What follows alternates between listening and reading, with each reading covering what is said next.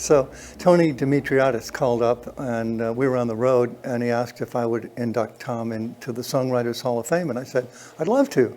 I love Tom. He's a good old friend. We've known each other since 1976, and I'll do anything for him. He's a great guy. I've toured with him a couple of times, back in '76, and again in 1987. I got to tell you a story. We were in Tampa, Florida, and my wife and I went to see Tom at an arena, and people were throwing frisbees, and one of them came down and hit my wife in the eye, and it wasn't serious.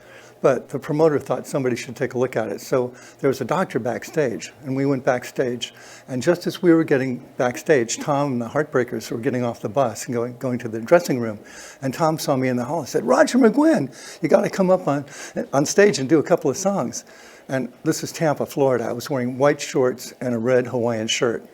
Looked more like I was going to a Jimmy Buffett concert, but I did it anyway. And the next day, Tom invited me out to the beach where he was staying with his kids. And we were all flying kites out on the beach. And he said, you know, in a couple of weeks, I'm going to tour Europe with Bob Dylan. I said, oh, man, you're going to have so much fun. Because I remembered the 1975 Rolling Thunder Review, and I was on that with Bob, and it was great. And Tom said, well, I'll ask Bob if he can come along. I said, okay. So the next day, he called up and said, yeah, I talked to Bob. He said, bring him along. He can be the opening act.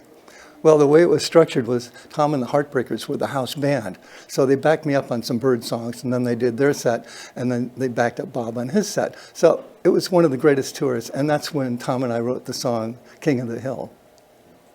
I wanted to write a dissertation because there's so much I could say about Tom and how much I loved his music. The first time I heard his song American Girl back in 1976, it was incredible. And I wanted to record it myself, and I did. And I asked my manager, who showed me the song, who that was.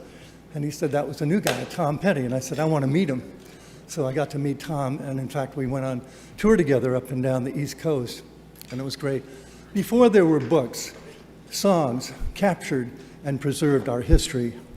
And Tom Petty is an historian. He writes songs about people and cultures and puts them on these really great rock and roll records. So I wanted to write a thing about Tom and talk about him. And he's the guy that really got me interested in touring and doing the things that I do solo. And he doesn't just write songs. He goes up and grabs. I had the opportunity to write a song with him one time, and it's amazing to watch him work. I'm sort of the rock and roll white trash section of the show here. And we're rock and roll music, you know. It's so different than a lot of what goes on. Writing a song, you know, for a rock band, if you better bring in a really good song, because they don't take it well if it's not. And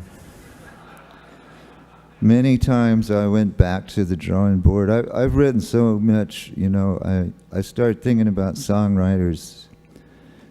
And I mean, if no one ever wrote another song, we'd be fine, you know?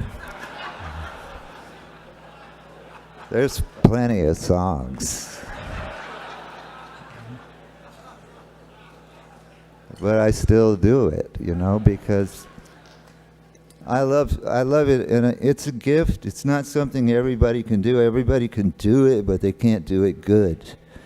And I'm so honored to be in the company of these great songwriters that are being honored tonight. Wow, it's just overwhelming to me. Well, take my horse down to the water, let him graze a while. It's an honor to be in the Hall of Fame, and you know, I have so many feelings, I don't really know how to put them into words, so I just sing mostly and play. But I'm really glad that somebody thought enough to bring me down here and give me free guitar so I can write more songs. I'm at a loss for words. I'm really really excited. That makes me quiet.